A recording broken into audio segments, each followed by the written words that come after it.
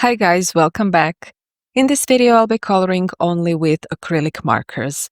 Although the page is quite detailed, the process will be quicker than you might expect, as I'll show you a straightforward way to color autumn leaves and berries with just these markers. I'm using Arrtx acrylic markers.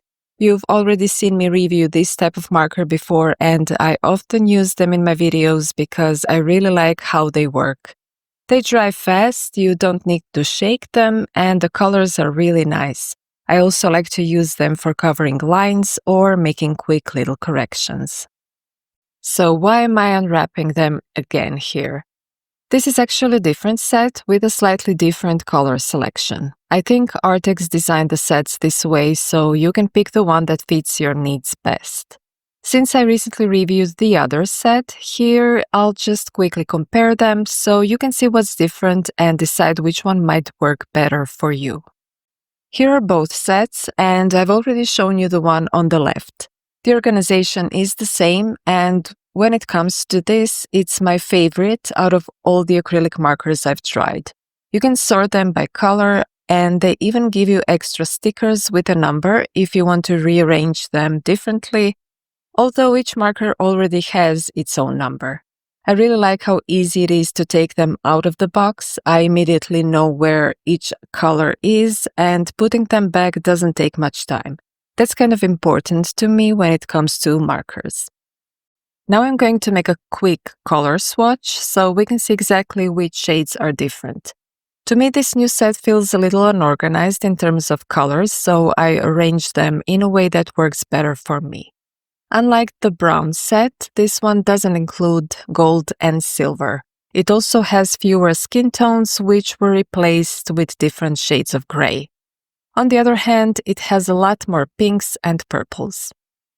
So if you're looking for a set for painting faces, I'd recommend the brown one. But if you're not into coloring people and love bright pinks and purples, then this set will probably suit you better. Either way, both sets have really great coverage and are very practical for coloring. Personally, I find them super useful. Now let's jump into coloring so I can show you how I use these markers. This beautiful page from the Walk in the Woods coloring book looks pretty detailed, but that's exactly why I chose it. The leaves are grouped in a way that makes it easier to explain how I like to color them with acrylic markers, and I'll also talk about the colors I'm using and why I chose them. I've already picked out the colors in advance, mostly yellows and oranges for the foreground, so you might be wondering why am I starting with blue and purple. Yellow and orange sit opposite purple and blue on the color wheel, which makes them complementary colors. When you place those colors next to each other, they really enhance one another and look much more vibrant. So if you want a certain motif to really stand out, you can color the background in its complementary shade. That's the idea here. The leaves that are visual in front will be yellow and orange, so I'm starting by coloring the leaves in the back with these cooler shades. You'll notice right away, once I add the orange and yellow, how beautifully those colors stand out. But I want to add a little note here. If you use equal amounts of complementary colors, the page can start to look a bit too busy. So I wouldn't recommend using the same amount of purple and blue as you do yellow and orange. Instead, I suggest going for more pastel or muted shades of blue and purple. Luckily, this acrylic marker set has exactly those kinds of colors. They're not overly saturated, which makes them perfect for the background leaves. They give contrast without overwhelming the page. And for the berries, just to keep things from getting too chaotic, I'll keep them all in one color. Acrylic markers can sometimes leave lines because they dry so quickly, and I can't really blend them the way I'd like. That's why I use a wet brush, just lightly wiped on a cloth so it doesn't drip, and then smudge the marker right after applying it. Maybe this step feels unnecessary to some people because markers have their own charm without blending, but for me it just comes naturally. I like that slightly softer look in my work. Of course, it also comes with a few little quirks. For example, if the marker is still wet and you add too much water, The paper can get too wet and you'll see tiny dots or spots, but that's totally normal and practice makes it easier. Personally, I enjoy working this way.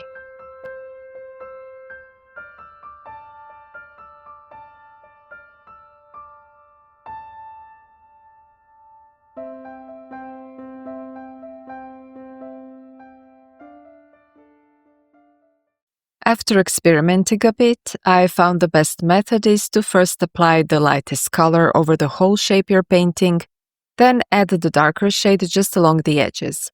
Then with a wet brush, blend only that line into the base color. Blending on top of an acrylic layer is smoother than blending directly on the paper, so it gives you better control. I still change things up sometimes and don't worry too much about it, but if you're a beginner and want to try this method, just keep in mind that the paint will blend more easily if there's already a layer of acrylic marker underneath. If you paint only with acrylic markers, you have to accept that they leave more of a painterly look. There's no perfect blending, at least not for me and my style, and that's where I see the beauty in them. I stopped chasing perfectly smooth blends a long time ago. In coloring books, you can maybe get that effect with pencils or alcohol markers, but not here. So let go of perfection and just have fun. Acrylic markers have their own purpose.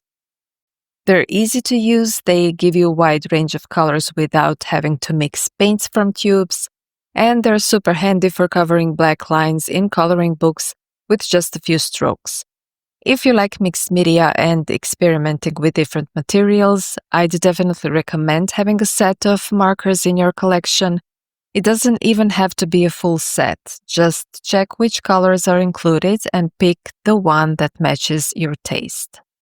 Arrtx offers a lot of different sets and it could feel a bit overwhelming to choose, so I always suggest thinking about what colors you use most and how you like to color. If you enjoy simplicity and quick strokes, this type of markers is definitely for you. Personally, I use them most for quick corrections and for toning down black lines in the books. They don't always cover the line fully on the first pass. You may need 2 or 3 light layers, but it's still a really quick fix and very useful for me. And as you can see here, it's absolutely possible to color a whole page just with these markers. That's exactly what I did here, and this type of illustration works really well with them. The leaves are simple, so you can just relax and enjoy without overthinking. You can also see how quickly I color the berries, just 3 colors, and then I added a little highlight at the end with white paint as a dot. When you look at the whole page, even this quick way of coloring looks really nice. For the berries, I start with the lightest color, leaving a little dot for the highlight. Then I add a medium shade, just a touch, to create the base tone of the berry. Around that, I added a bit of black. The black looks strong at first, but when you smudge it with the brush toward the highlight, you get these interesting muted tones that look like natural shades of a berry catching the light. And finally, just a few white marker dots on top. It's simple, but it's fun.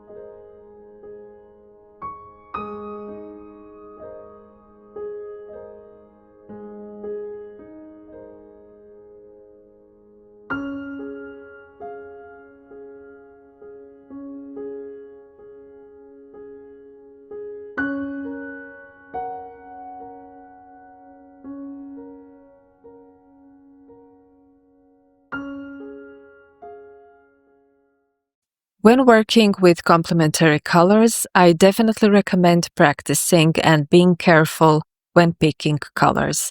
Try keeping it around 70 to 30% in favor of your base color.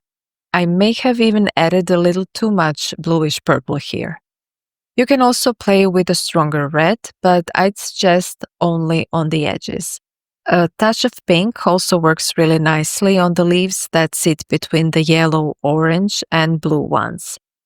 Still, I recommend adding these secondary colors just a little at a time, just enough to decorate a few leaves while keeping the bigger yellow and orange ones nicely in the foreground. If you happen to lose your highlights, markers are great for fixing that. Just go over the spot with a lighter color and it's easily corrected. The only thing to keep in mind is when you're layering a lot, it's good to let each layer dry before adding the next one. That way you won't strain the paper and the coloring process will stay smooth. As for the paper, most coloring books actually handle acrylic markers really well. There can be small differences depending on the paper's quality, color, or thickness, but honestly I find those differences to be minor. Still, it's always a good idea to test on a small area first, just to see how much ink the paper can take, whether it bends, and if it can handle 2 wet layers. Personally, I've never had any problems and I use them without worry. They even work nicely in combination with other media like colored pencils.